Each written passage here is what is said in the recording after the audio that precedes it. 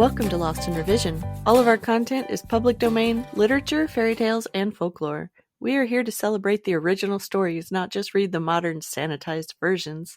We post short segments of stories daily and monthly full episodes where we read and discuss popular classics. Come and find us on Patreon to listen to the full chapters early and without interruption. Our goal is to at least break even to cover our expenses, so any support that you can offer to help us reach that goal helps keep this podcast going and you entertained. All of our music is by Nathan Hubble and is used with his permission. Thanks, and enjoy the show. Chapter 2. The Council with the Munchkins. Part 1. She was awakened by a shock so sudden and severe that if Dorothy had not been lying on the soft bed she might have been hurt. As it was, the jar made her catch her breath and wonder what had happened, and Toto put his cold little nose into her face and whined dismally. Dorothy sat up and noticed that the house was not moving, nor was it dark, for the bright sunshine came in at the window, flooding the little room. She sprang from her bed and with Toto at her heels ran and opened the door. The little girl gave a cry of amazement and looked about her, her eyes growing bigger and bigger at the wonderful sights she saw. The cyclone had set the house down very gently, for a cyclone, in the midst of a country of marvelous beauty. There were lovely patches of greensward all about, with stately trees bearing rich and luscious fruits. Banks of gorgeous flowers were on every hand, and birds with rare and brilliant plumage sang and fluttered in the trees and bushes. A little way off was a small brook, rushing and sparkling along between green banks and murmuring in a voice very grateful to a little girl who had lived so long on the dry, gray prairies. While she stood looking eagerly at the strange and beautiful sights, she noticed coming toward her a group of the queerest people she had ever seen. They were not as big as the grown folk she had always been used to, but neither were they very small. In fact, they seemed about as tall as Dorothy, who was a well-grown child for her age, although they were, so far as looks go, many years older. 3 were men and 1 a woman, and all were oddly dressed. They wore round hats that rose to a small point a foot above their heads, with little bells around the brims that tinkled sweetly as they moved. The hats of the men were blue. The little woman's hat was white, and she wore a white gown that hung in pleats from her shoulders. Over it were sprinkled little stars that glistened in the sun like diamonds. The men were dressed in blue, of the same shade as their hats, and wore well-polished boots with a deep roll of blue at the tops. The men, Dorothy thought, were about as old as Uncle Henry, for 2 of them had beards, but the little woman was doubtless much older. Her face was covered with wrinkles, her hair was nearly white, and she walked rather stiffly. When these people drew near the house where Dorothy was standing in the doorway, they paused and whispered among themselves, as if afraid to come further. But the little old woman walked up to Dorothy, made a low bow, and said in a sweet voice, "You are welcome, most noble sorceress, to the land of the Munchkins.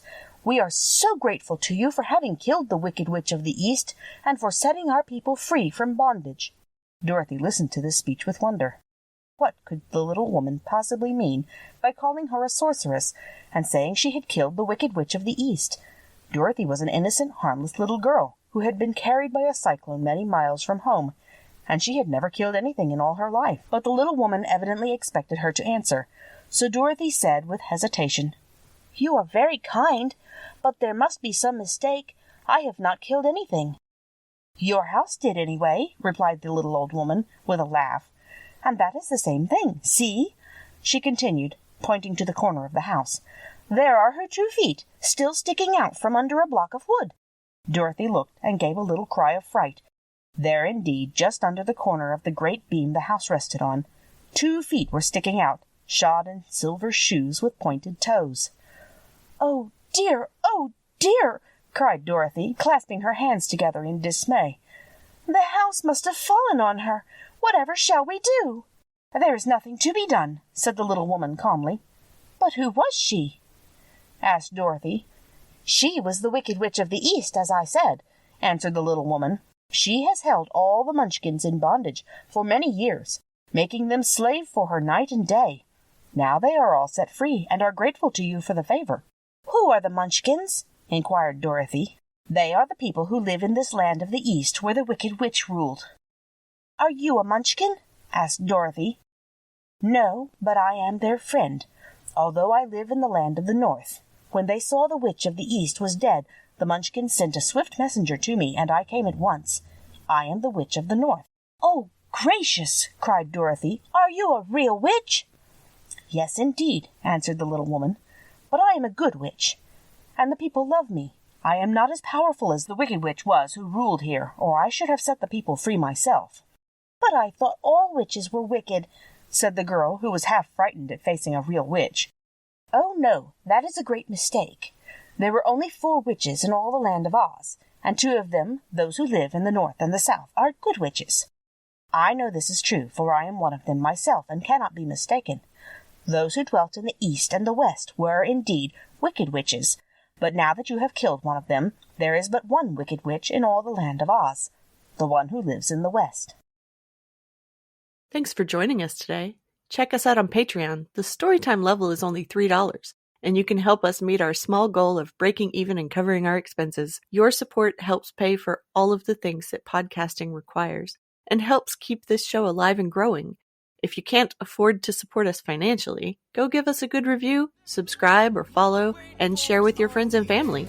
Feel free to fact-check us and offer suggestions to make our show better for you. You can also send us an email at lostinrevisionpodcast@gmail.com. There's a lot more waiting for us all at the end of the road.